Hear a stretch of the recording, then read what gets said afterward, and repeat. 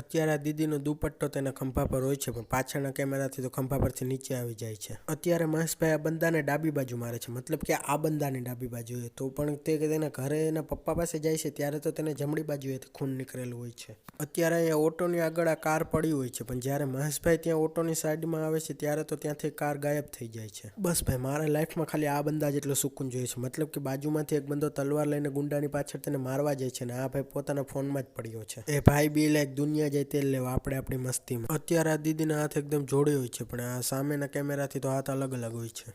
અને અત્યારે દીદીના ખાલી જમણા ખંભા ઉપર જ વાર હોય છે, પણ સામેના કેમેરાથી તો બંને ખંભા પર પ્રગટ થઈ જાય છે.